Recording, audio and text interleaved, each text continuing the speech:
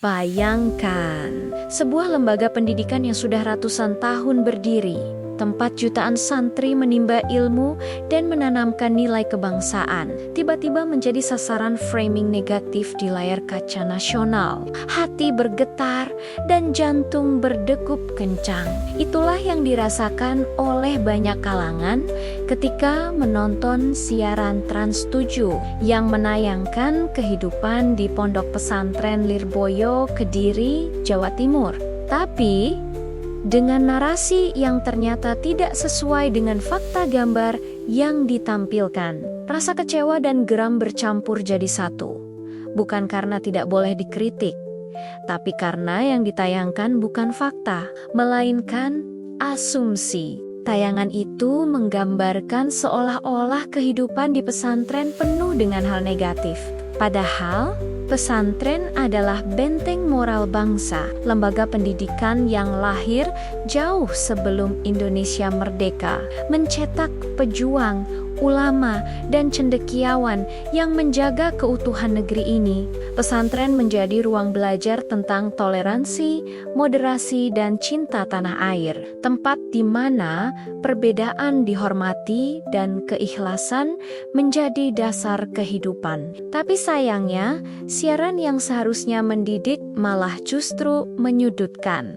Dalam dunia jurnalistik, ada aturan main. Semua media wajib tunduk pada kode etik jurnalistik. Bukan sekadar etika, tapi juga bentuk tanggung jawab moral terhadap publik. Nah, tayangan Trans 7 tentang pesantren Lirboyo ini diduga kuat telah melanggar beberapa pasal penting dalam kode etik jurnalistik. Pasal 1 tentang independensi dan akurasi. Wartawan wajib menyajikan berita yang benar, berimbang, dan tidak beritikat buruk. Yang dimaksud independen itu artinya memberitakan peristiwa atau fakta sesuai dengan suara hati nurani tanpa campur tangan, paksaan, dan intervensi dari pihak lain, termasuk pemilik perusahaan pers. Akurat itu berarti dipercaya benar, sesuai keadaan objektif ketika peristiwa terjadi. Berimbang artinya semua pihak mendapat kesempatan setara. Dan tidak beritikat buruk berarti tidak ada niat secara sengaja dan semata-mata untuk menimbulkan kerugian pihak lain. Tapi sayangnya, narasi Trans 7 justru berisi asumsi dan pendapat subjektif, bukan fakta lapangan yang utuh. Pasal 3 juga ikut dilanggar nih, karena siaran tersebut tidak melakukan check and recheck, tidak memberi ruang klarifikasi, dan mencampur opini yang menghakimi dengan fakta yang ditampilkan. Ini membuat masyarakat menerima informasi yang bias, bahkan menyesatkan. Padahal, jelas di dalam pasal 3, Kode Etik Jurnalistik menegaskan, wartawan Indonesia selalu menguji informasi, memberitakan secara berimbang, tidak mencampurkan fakta dan opini yang menghakimi, serta menerapkan asas praduga tak bersalah. Lalu, ada pelanggaran di dalam pasal 4, yang melarang berita bohong dan fitnah. Narasi yang disampaikan dalam tayangan itu bukan hanya tidak akurat, tapi juga bisa dikategorikan sebagai fitnah terselubung terhadap lembaga pesantren yang selama ini dikenal sebagai penjaga nilai kebangsaan. Nah, siaran Expose Trans 7 mengenai Pondok Pesantren Lirboyo itu sangat bertentangan dengan prinsip tidak membuat berita bohong, karena sudah jelas narasi yang disampaikan berisi kebohongan berupa asumsi dan opini yang menghakimi.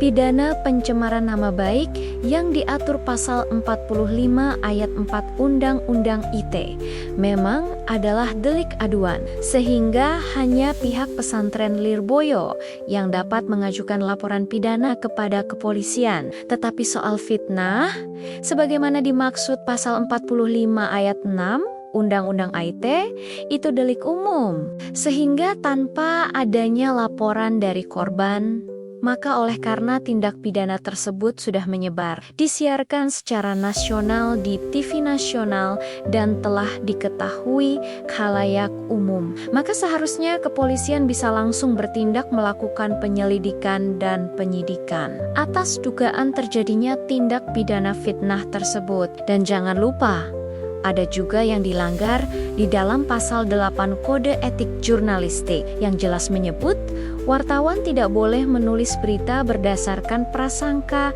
atau diskriminasi terhadap suku, agama, atau kelompok tertentu. Tayangan itu, sayangnya, penuh dengan prasangka dan framing negatif. Akibatnya, banyak orang yang tidak mengenal dunia pesantren jadi salah paham, bahkan menilai buruk lembaga yang selama ini berjasa besar untuk negeri ini. Nah, pelanggaran ini tidak berhenti di ranah etika saja. Secara hukum, perbuatan itu juga bisa dikategorikan sebagai tindak pidana. Sesuai Undang-Undang Pers Nomor 40 Tahun 1999 dan Undang-Undang ITE Nomor 1 Tahun ke-2024 Pasal 5 Ayat 1 Undang-Undang Pers dengan tegas menyebut pers nasional berkewajiban menyajikan informasi dengan menghormati norma agama dan asas praduga tak bersalah. Jika kewajiban itu dilanggar, hukumannya bisa mencapai denda hingga 500 juta rupiah. Tapi tidak berhenti di situ.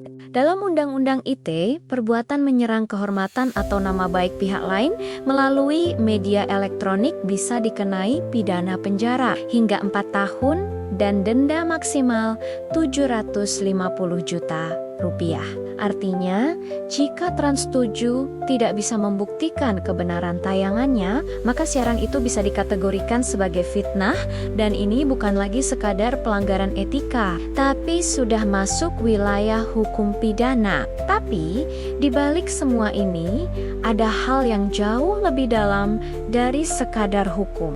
Pesantren bukan hanya lembaga pendidikan, ia adalah rumah bagi nilai-nilai kemanusiaan, tempat di mana anak bangsa ditempa menjadi insan yang berilmu, berakhlak, dan cinta tanah air. Ketika pesantren difitnah, sejatinya yang diserang adalah jantung peradaban Islam Nusantara itu sendiri. Oleh karena itu, hukum harus bekerja, polisi harus bertindak, menegakkan keadilan, dan mengusut tuntas siapa dalang di balik kelalaian tayangan tersebut. Permohonan maaf mudah diterima, tapi hukum harus tetap berjalan. Karena korban dari framing ini bukan hanya pondok pesantren Lirboyo, tapi juga seluruh santri, alumni pesantren, para orang tua santri, dan seluruh pengasuh pondok pesantren, terutama pondok pesantren di bawah naungan Nahdlatul Ulama dan masyarakat yang mencintai pesantren. Mereka semua berhak mendapatkan keadilan, dan nama baik pesantren harus dipulihkan. Di era digital seperti sekarang, informasi bisa menyebar lebih cepat daripada kebenaran. Karena itu, kita semua punya tanggung jawab moral untuk tidak langsung percaya pada apa yang ditayangkan media, tapi juga berani mencari fakta di balik layar. Mari kita dukung media yang independen, beretika, dan berpihak pada kebenaran. Sebab kebenaran bukan untuk ditonton, tapi untuk diperjuangkan. Klik subscribe, aktifkan loncengnya, dan bantu sebarkan video ini agar publik tahu kebenaran yang sesungguhnya. Karena ketika media salah bicara, kita, masyarakat, yang harus bersuara.